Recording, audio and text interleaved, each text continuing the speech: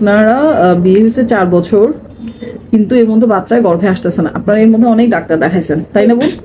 এবং অনেক দূর থেকে আসছেন, কক্সবাজার থেকে। এর কারণ হচ্ছে যে আমরা পরীক্ষা নিরীক্ষা করে দেখলাম যে আপনার একটা পিসিওএস সমস্যা আছে, যেটা আমি বললাম যে ওজন বেড়ে যাচ্ছে, ডিম্বাণুটা বড় হয় না। এটা আসলে ওষুধের মাধ্যমে গর্ভের সন্তান আসা সম্ভব।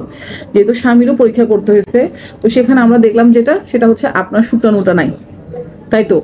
এটা তো আপনারা জানেন, জেনে শুনে আসছেন। এখন আপনাদেরকে কতটুকু কি জানেন শুক্রাণু নাই বা এটা চিকিৎসাকে কি বলছে আপনাদের? আমাদের দুইটা ডক্টরও বলে দিয়েছে যে আমাদের মানে বাচ্চা হবে না, আমরা পালক সন্তান নেওয়ার জন্য বলছে। আচ্ছা, আমরা আসলে বিষয়টা আপনারা যেহেতু আপনাদের নিশ্চয় আরো জানার ইচ্ছা আছে যে কেন আমাদের এই জিনিসটা হচ্ছে বা আমার পরবর্তী চিকিৎসাটা কি। প্রথম কথা হচ্ছে আমাদের যে মানে বীর্য রসটা থাকে, শুক্রাণু যেখানে থাকে সেখানের মধ্যে শুধু শুক্রাণু থাকে না, আরো অনেক কিছু থাকে। তো আমরা যে পরীক্ষাগুলো করলাম আপনাদের কাছ থেকে যেটা জানতে পারলাম যে আপনারা একটা গ্যাপ দিয়েছেন, সেই গ্যাপটা আমার কাছে সঠিক মনে হয় নাই।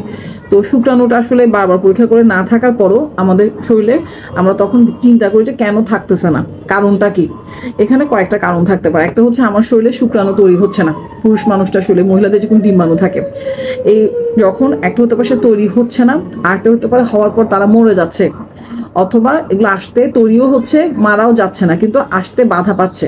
ফলে যে বীর্য রসটা থাকে সেখানে শুক্রাণু পাওয়া যাচ্ছে না। আমি কি বুঝাতে পারছি? কাজে শুধু বীর্য রসের রিপোর্ট দেখে বোঝা যাবে না যে তার শুক্রাণুটা নাই, কেমন?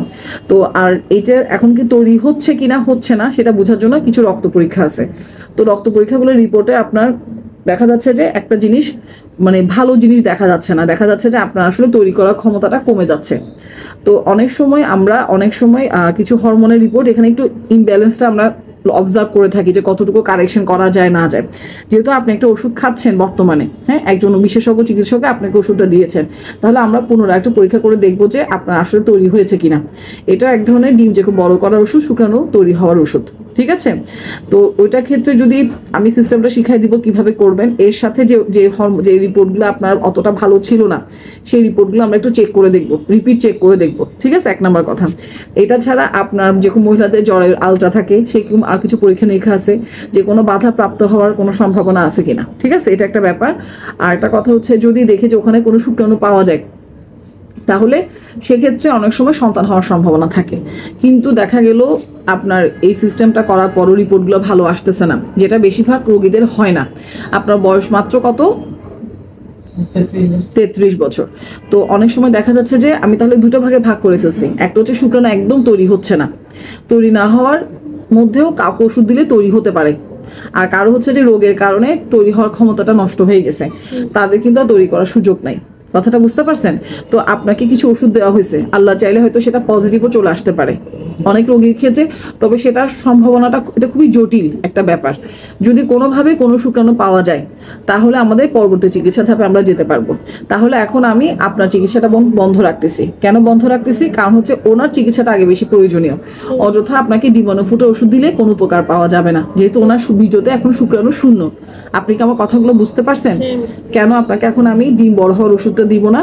আপনাদের মতো অনেক রোগী আমরা পাচ্ছি যারা অলরেডি ডিম বড় হওয়ার ওষুধ খাচ্ছে এবং দেখা গেল যে স্বামী শুক্রাণুতে কোনো শুক্রাণু নাই।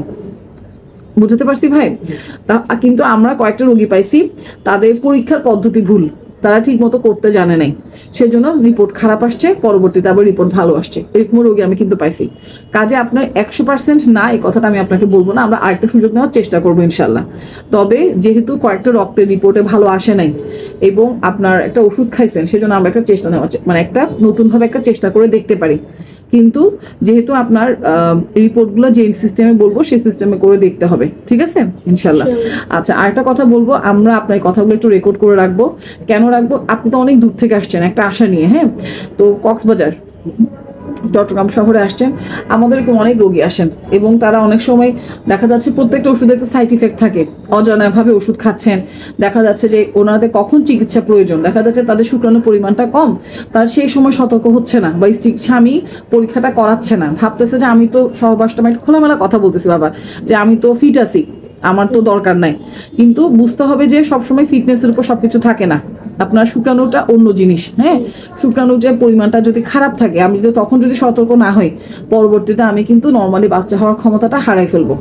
বুঝতে পারছি? এমনকি নর্মালি না, আপনার যদি শুক্রাণু না থাকে, বাচ্চা দানের ক্ষমতাটাও চলে যেতে পারে। তো আমরা তাহলে আপনি একটু রিভিউ করে দেখবো। আপনি কি আমার কথাগুলো ভাই বুঝতে পারছেন? আর আপনার যেটা বুকে একটা কাশির সমস্যা আছে, এটাও আমাদেরকে একটু ইভালুয়েট করে দেখতে, মানে আমাদেরকে পরীক্ষা করে দেখতে হবে যে আসলে কাশির সমস্যাটা কতটুকু প্রকট। অনেক সময় কিছু রোগের জন্য কিছু ওষুধ খেলেও শুক্রাণু আক্রান্ত হতে পারে। ঠিক আছে বিষয়টা?